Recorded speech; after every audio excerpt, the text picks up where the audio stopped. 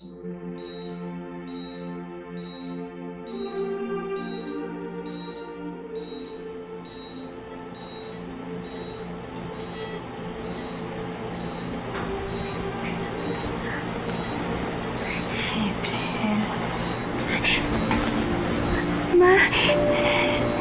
salamat naman na naging successful ang operasyon mo. Matuloy-tuloy na ang paggaling mo, ha? Magpalakas ka agad, tapos papasyal tayo. Tagal kong pinarinig ang boses mo, Mama. Ang sarap pakinggan. Pero huwag ka muna masyadong magsasalita, ha? Kasi hindi ka pa masyadong malakas. Kumusta kayo magkapatid? Si Joey. Si Joey. Gusto ko makita si Joey.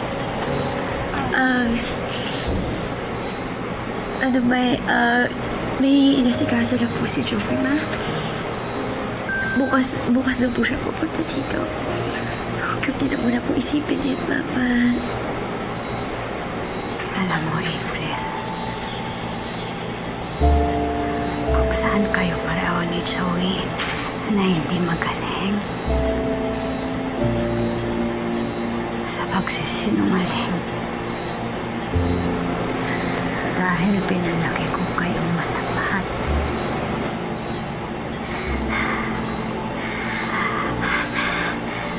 Ayaw na ayaw ko yung nagsasabi kayo ng hindi totoo.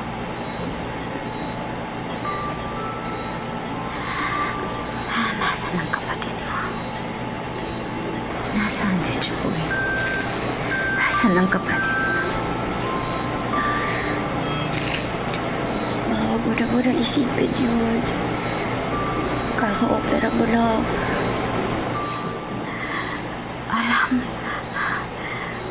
Alam ng isang ina. Kung nagsisinungaling ang mga anak niya, hindi ako mapapalagay, April. Sabihin mo sa akin, yung itinatago mong alam mo, kahit ano, tatanggapin ko.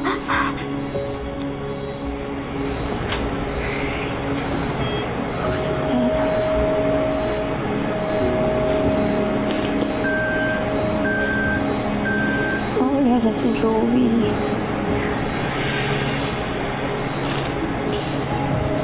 Iniwan na po niya yung pamilya natin.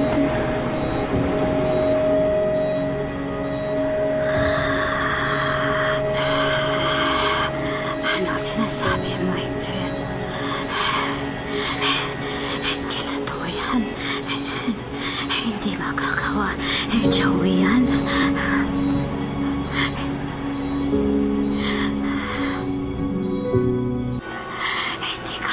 Ni Joey, ang iwanan tayo.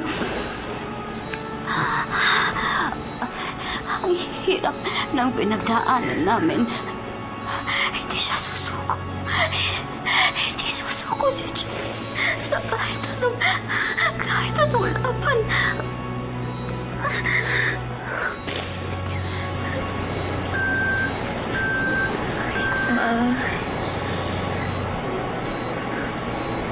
Wala na po si Joey kasi pumayag po siya sa kasunduan nila ni Papa.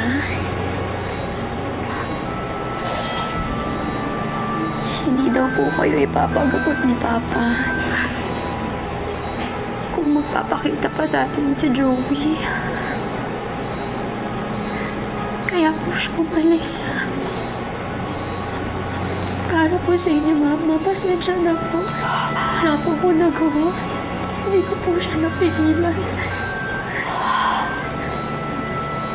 Sorry, Ma. Si Tito, siya na naman may kasalanan. Bakit kailangan may hangganan ng pagtulong.